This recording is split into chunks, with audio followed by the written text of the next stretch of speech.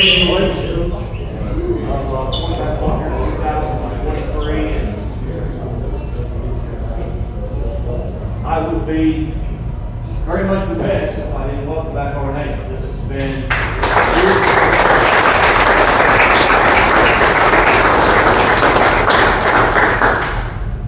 before we get started, because we started a year ago at the quarterback club, and offer a blessing here to do that is State University assistant football coach David Consiglio. Thanks, Dave. Yeah, bow your heads real quick. Get back to the good Lord. Heavenly Father, we thank you and praise you for this day. We thank you for this opportunity just to gather in fellowship. We thank you and praise you for the food. We ask that you bless it. Bless those that help prepare it. Thank you for Guy Newton and the MSHSAA Sports Network and all they do, Lord. Let's one player blessing upon each and every coach in here, Lord. Bless their efforts with their young student athletes, Lord. We ask that you allow us to change lives one opportunity at a time. We're nothing without you, we're everything with you. It's in Jesus' precious, powerful name we pray. Amen.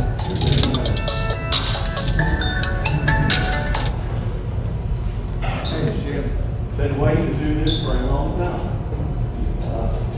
Art, it's been almost a year ago to the day that you texted me that morning and said, don't think I'm going to make it. I got a doctor's appointment. It's been a long time coming, but we turn it over now to the MC and the first Okay, thanks, Guy. Great to be back with everyone. And this is a long-time event, of course. I was told when I came to town in 1977 that quarterback club and tip-off club are two things I need to go to. And sure enough, I've enjoyed it throughout and getting to hear about the different programs. We'll start out again with Coach Consiglio and tell us a little bit about what the Bears are up to right now. You bet.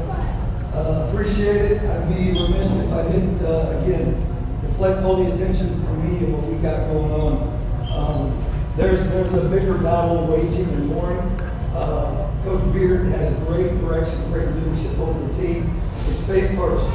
Okay? I haven't always been that way. It's been football first, other things, but it is genuinely faith first. And the one thing, the two words that have really been on our hearts as a whole team and coaching staff has been remember me. And not me as in the person, but remember God. Remember God in the highs and the lows. Remember those times where you've been in the dumps and He pulled you out. Remember those times when you're on the mountaintop and He helped you get there. And I say that because since the season started, we've had 2 kids that are out right now with medical issues, not even football related, they're just life related. I don't have enough time to go into all of it, and I don't want to speak to injuries, but there's power in this. So a week leading up to Kansas, we met as a coaching staff. Whoever wanted to, it was just voluntary, and we did a coach's prayer walk. And we basically prayed in foresight, the locker room, the weight room, the field, and then the game day locker room. The very next day, and we went into that, and I challenged the coach. I said, remember me. Okay, remember me. Remember God, in the good and the bad. There are going to be times when we're riding high, remember Him. In the lows, we remember Him. The very next day, we had one of our players have a medical issue in the locker room. Right there in the locker room. The very same exact place that we just prayed the day before. We can't make this stuff up. I didn't even recognize it or realize it until we were on the practice field the next day. And Coach Beard said, you realize what we did the day before. And I was kind of odd on that. Our coach's prayer. And that kind of said, so we didn't even need more than 24 hours to really settle in and realize, remember me. Okay? And I say that because I've talked to some people in here. We're sitting at 0-2 right now. It's frustrating, trust me, we're all competitors. Okay? But at the end of the day, there's a bigger battle that's being waged in the Lord right now. And I know where our hearts are, I know where our guys' hearts are, and it's up to us to get it turned around. But I say that because this past week, Connor Laird got diagnosed with cancer. There's another one, that kid is so strong in his faith, just confident and courageous. When he found out about it in the hotel room about UT Martin the next day, I've got tears in my eyes. I'm bawling like a baby. And he's just sitting there confident and courageous, and he says, Coach, I know God is going to use this for glory and for good. And I'm just blown away. But those are the kind of attitudes and the kind of hearts that we have, within the Missouri State football program. And again, Prayers. Everybody needs prayers. We got to pray for you guys. If you can please pray for us. Pray for Connor. Pray for Kalino. He's the other young man. But again, it's bigger. It's bigger than just the wins and losses.